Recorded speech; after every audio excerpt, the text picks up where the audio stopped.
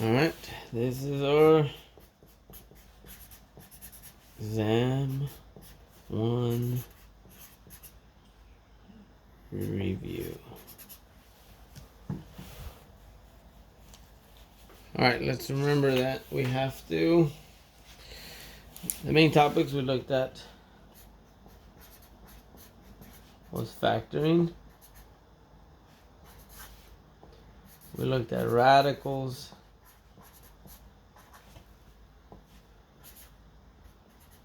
And quadratic equations. Also absolute value equations.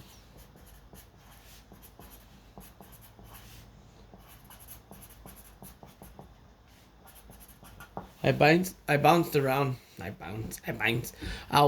bounced around. I believe factoring was in R5. And then radicals was R3. Quadratic equations, we looked at 1, 4, and a couple from 1, 6. And absolute value is also from 1, 6. And I think there was 1, 3 somewhere in here. I think we looked at a couple things from 1.3. But to start off with factoring, whenever something asks you to factor, remember I started with the first thing. You wanted to make sure you're doing your GCF.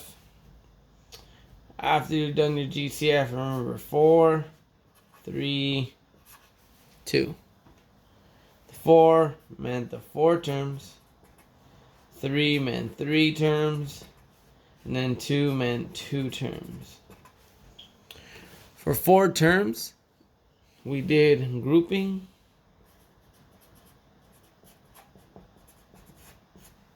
For 3 terms is when we got into doing the whole X method or diamond method, whatever you want to call it.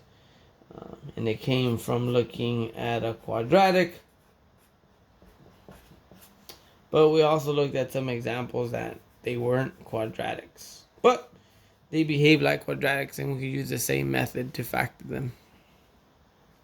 And in 2 terms, it dealt with binomials. But it was... It's going to be a lot to write. But the difference of squares, which was a squared minus b squared. It was the difference of cubes and the sum of cubes.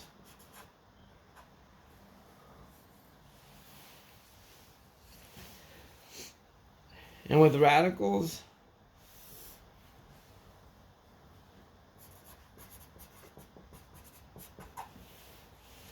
we just looked at simplifying them. Remember, the main focus was the index. Because the index told us the number of times we're looking for a number. Remember, they're identical. They can multiply to itself. We also did, I forgot right here. Let me just throw it in there. I'll throw it in right here. We also looked at complex numbers.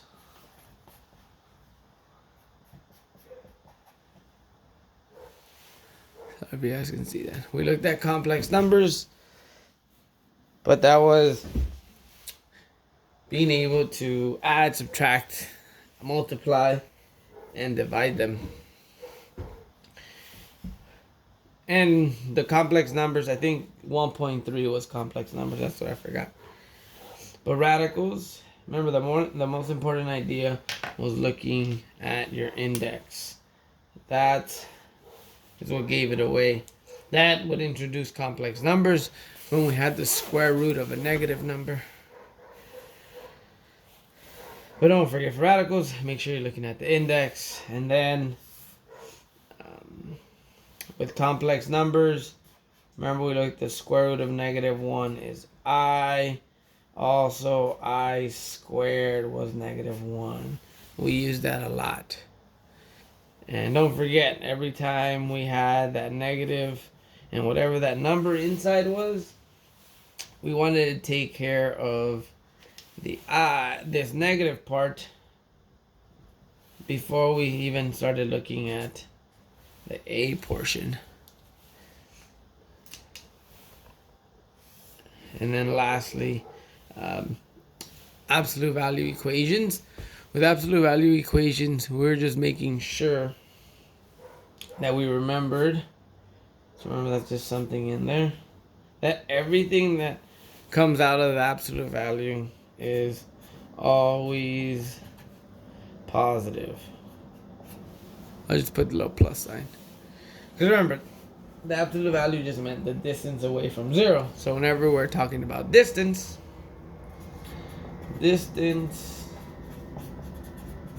from 0. So whenever we're talking about distance, we always know distance is positive. So whatever came out was positive. So I gave we did a few examples about can an absolute value ever equal a negative? We said there was no solution for that. So just make sure you watch out for one of those on the exam. I like putting those there. But here, let's do a couple examples. This is just a quick sort of breakdown of what's going to be on your exam. So let's look at another one. Let me just put this here. All right, for GCF.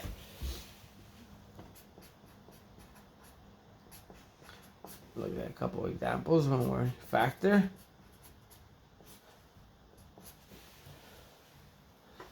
So we can have, for example, it could be 4x squared z y plus 8x z to the third power y squared plus, let's say 16, let's say 4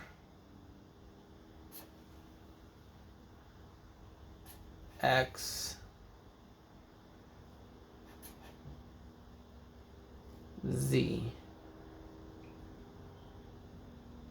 y. So whenever we're looking at this, we want to make sure you can do it in two parts. We can first look at all the numbers. And we can see that they all at least have a 4. So I can take out a 4 out of all of them. Then we're going to look at it and see what we can take out after. Now we can focus on just the x's. Here we have 2 x's, 1x, 1x. They all at least have 1x in them. Then we can look at our z's. Same thing. They all have at least 1 z in them.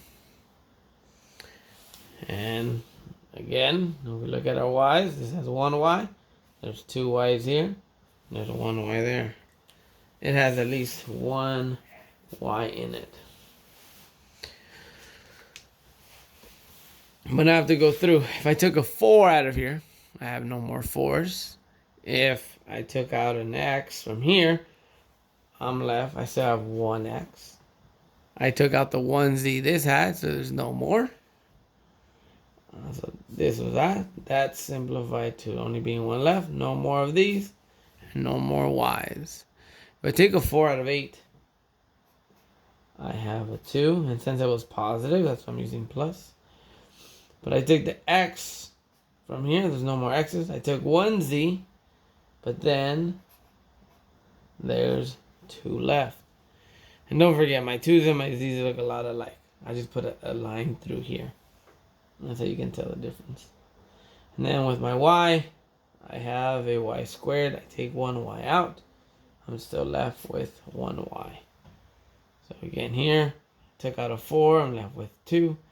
I took out a z. I took 1 out. I'm left with 2. I took one of these out, I was left with 1. And then lastly, remember I talked about this. Because if I look here, I'm taking out the 4, the X, the Z, and the Y. Even though when you take everything out, don't forget there's always that 1 always there. So make sure you don't forget about this 1 right here. Remember, you should always be able to distribute back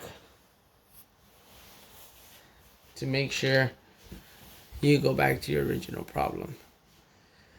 And that's how we're doing GCF. Again, it works the same for all the other ones we looked at. Once we got into grouping, we needed to look at bigger examples. We also use grouping when we're looking at trinomials.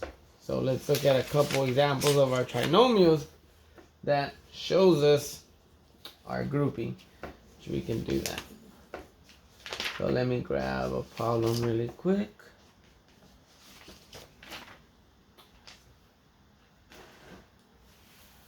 So I write it down. Oops.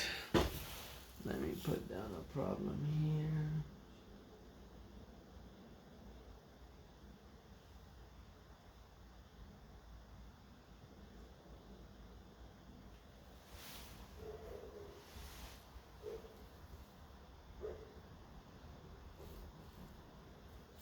Here's a good example.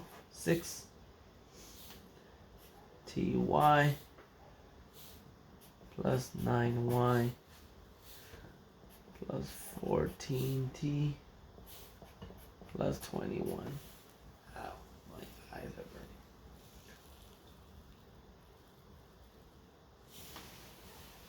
I hope you can see that. So remember, you always try looking for the GCF first. So here, 6, cool. 9 has nothing in common. There's a 14. That looks funny. Has nothing in common with 6 has 2 and 3. 9 has 3 and 3. 16 has 2 and 7. So shares nothing with 9. 21 shares a 3, but it shares, they all don't have the same thing in common. They all don't have a 2. They all don't have a 3. They all don't have a 7. So remember I said, the first thing I do, I'll group the first 2 since there's 1, 2, 3, 4 terms. I group the first 2. I group the second 2. Don't forget, I always grab the sign, but I always put a plus here to remind me that these aren't multiplying. They're originally adding. So when I look at here, my GCF, same thing. I look at 6 and 9. I'm going to take out 3. And they have a y in it. So that's going to leave me with 2t plus 3. And then here, they both have a 7 in common. So I can take out a positive 7, leaves me with 2t plus 3. And that's what I'm looking for these two to be exactly the same. So I can factor by grouping. So then I'm left with 2t plus 3 and 3y plus 7. And like I said, once we started factoring quadratics, we have to be able to do this really quick. So make sure you're keeping track of that. So that was GCF. This is grouping. Now let's look at an example when we looked at our quadratics. So let's look at 6x cubed plus 5x squared plus x. So like I said, you always want to remember that you're not forgetting to factor out your GCF.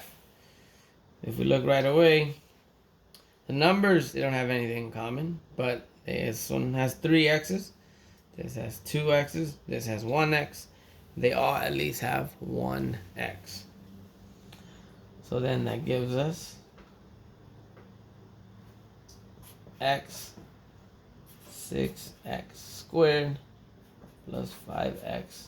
And don't forget, when we're taking this x out, just like how we did up here, just because everything gets factored out, that doesn't mean there's nothing left behind. You want to make sure you're including this 1 right there. But now inside, remember, you always want to go back and check. Did I leave any GCFs out? X's, no. 6, 5, 1, no. Perfect. But, is this 4 terms? 1, 2, 3. No. Now we have to look for 3 terms. And we do have 3 terms. 1, 2, 3. And remember, that square tells us it's a quadratic. So let's try that. But don't forget, we have to look at the leading term and multiply it with the constant coefficient when we're using our x method. That's going to be 6. And then we use our middle term to go at the bottom. And then you want to find 2 numbers that can multiply to 6 and add up to 5. At any time here, I would suggest to pause the video if you can. Try to see if you can do the problem first and then do it after. And then look at how I'm actually doing it. So make sure you try pausing at the beginning of each problem so you can try it on your own first, and then you can see the way I would approach it. So let's continue. So we have 2. I think numbers that can multiply. Remember, the only factors of 6 are 2, 3, 6, and 1. So there's not too many options. 6 and 1, that's not going to add up to 5. And don't forget, since this is positive, that means both of these are either both negative or they're both positive. And since this one's positive, that means that both of these have to be positive. So that'll be 3 and 2. I can use those to factor out 6x squared plus 5x plus 1. Don't all forget that x. Always make sure you're factoring it out. When it comes to solving, it has to be a slightly different approach. So then we have, I'm going to use brackets. So I'm going to use 6x squared and plus 3x plus 2x. And then bring this one down, plus 1. Now I have 1, 2, 3, 4 terms. I can factor by grouping. So I'm going to group the first 2, the second 2. And don't forget, I always put a little plus to remind me that these aren't multiplying. I just like grabbing the sign to remind me what this is. So then I look at the GCF here. They both have a 3. They both have an x. So that's going to leave me with 2x plus 1. And this is already 2x plus 1, which is exactly what I want. So the only way I can take something out so that it doesn't change at all, you can always have a positive 1. There's always that multiplying by 1 there every time. So now, these are the same. Don't forget to bring this one down. That leaves us with x times 2x plus 1 times 3x plus 1. And there, we've done GCF, grouping, and 3 terms. We'll do another example of 3 terms because those are problems that we did that weren't exactly 3 terms. I mean, they were 3 terms, they weren't exactly quadratics. So let's look at those right now.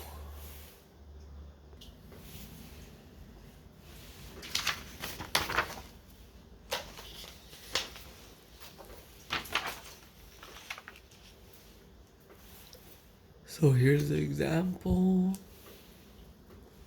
What are we on? Example 4.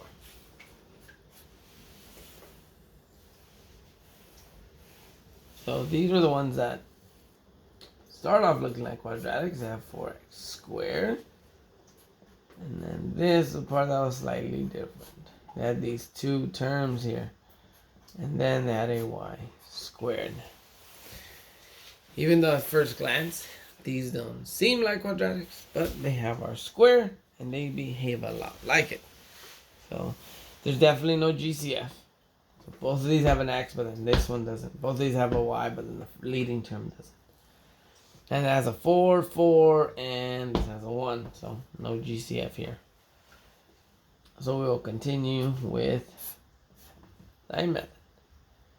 Same thing as before, we'll take our leading term, and then, now in this case, the y squared term. And then we're going to multiply them, which is going to have a 4 here. So don't get it mixed up. Because then we're going to have a 4. But that's the 4 for the one that goes at the bottom. So we think what two numbers can multiply to 4 and add up to 4. Good job. You guessed it right. 2 and 2. So the only tricky part was, remember, when we were doing this problem, last one, when we use these two numbers, they split up this 5x. Remember I said a common mistake students do is they'll split up one of the numbers with the x and the other number with the y. But this is going to be 4x squared plus 2xy plus another 2xy. They both need to have that xy term in them. And then lastly, you have your y squared. And then we can do our factor by grouping. We group the first two, group the second two. I always like to grab the sign. Make sure you look at your notes. Did examples of the when this was a negative. And remember, whenever you factor out your negative, you have to do it from both of these. Because the goal is you want to end up having two factors that are exactly the same, which are going to pop up right now. So GCF here, we have 2x. Take a 2 out of here, I'm left with a 2. I take an x, I'm left with an x. I take this 2 out, no more 2. I take an x, no more x. I'm left with plus y. And then my GCF here, they both have a y. That leaves me, I take this y out here, leaves me with 2x. I take 1y, it leaves me with 1. Again, that's what I'm constantly looking for. I'm looking for these two to be exactly the same. So then I get 2xy plus 2x plus y, which you can technically write as 2x plus y squared. And this square is just implying that there's two identical ones. But either one is perfectly a good answer for me. So box one of them. I don't care if you box this one or the other one. That's fine with me. So now we've done GCF, grouping, quadratics, ones that behave like quadratics. Now we just need two terms. So the two term ones, we're looking at binomials. And the only ones was difference of squares, difference of cubes, and sum of cubes. For the difference of squares,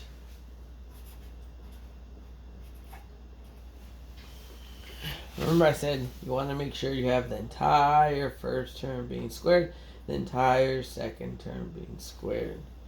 And once you're able to do that, you can just use this formula, a plus b, a minus b. Which then kind of use this idea for conjugates when we're dividing our complex numbers, which we'll look at in a little bit. So for example, let's look at 9w squared minus 64. So at first glance, we already see this square. The fact that we see a negative, remember, I wanted you to set it up to look exactly like this. Meaning that if this was written as negative 64, so I'll write it here. If this was written as negative 64 plus 9w squared, I would want you to change the order to make sure that the negative is in the middle. But now, the fact that it's already like that, because we're looking at this one, I want to rewrite the whole term as a square. Right now, this square is only applied to the w. I want to figure out how I can rewrite my 9 as a square. So think about it. How can I rewrite 9 as a square? Well, if we just look at the factors, we know 1 times 9 gives us 9. And then 3 times 3 gives us 9. But 3 times 3 is literally 3 squared. Don't forget, it's still multiplying to this w squared. And I also want my entire second term to be squared. Which, you guessed it, that's 8 squared. But then there was a rule that I used for this one. If you guys recall, let me put the rule here in this corner. Or not this corner, but in this box. The rule said that if you have two factors multiplying, remember they have to be multiplying, and they have the same power, you can pull out that power and then have them multiplying inside together. That's exactly what we can do here when we first went over this. I can have my 3 times w all being squared. Where before all I had was my w squared. Now everything is being squared. Minus 8 squared. Now I have my a, I have my b, and my minus is in the middle. Which now I can just plug in straight into the formula. And that's going to be 3w minus 8 and 3w plus 8.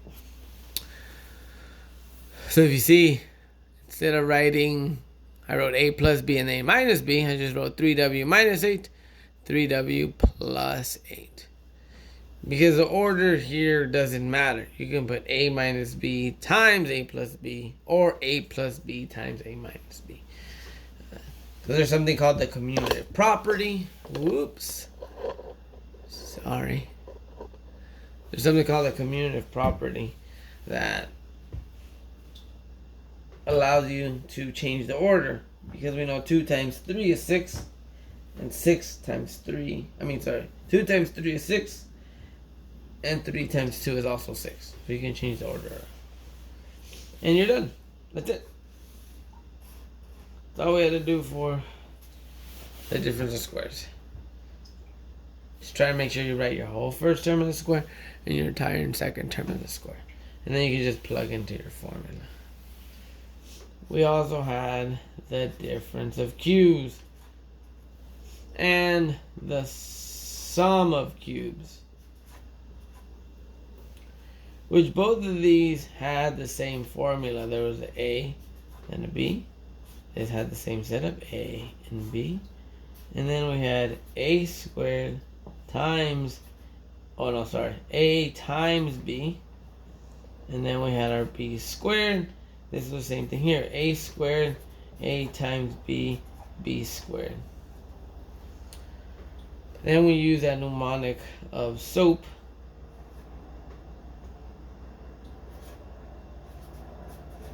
That the sum of cubes. Let me get that into view here.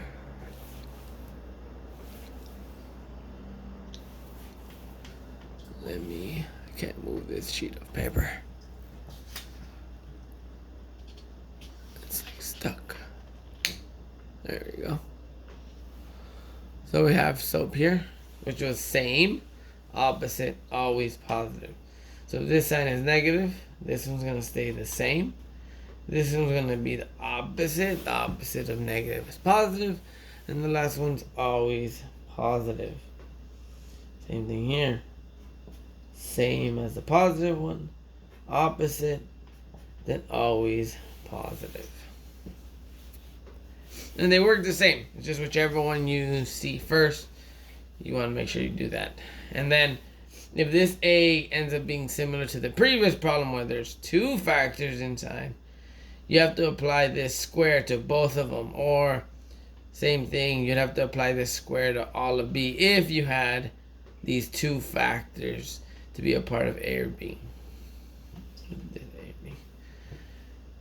And then you would use the same rule in this direction versus we used it in that direction. Or you can actually distribute this to each one. So let's look at an example of that. This example, we have 4 plus 27 C B cubed.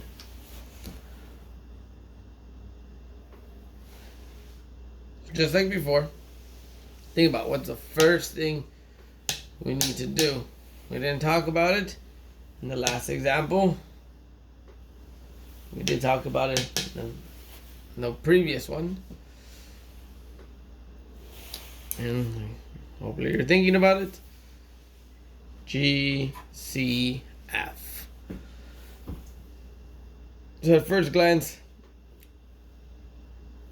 it doesn't really, you might jump to the cube because you see this here.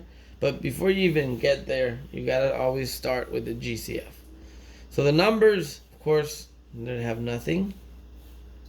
But then we have a C. There's 4 C's here, 1 C here. So they all at least have 1 C. So when I take out that 1 C, I'm left with CQ plus 27BQ. And just like the previous one, I want this to be the entire first term being cubed, the entire second term being cubed. So we have to use this rule one more time.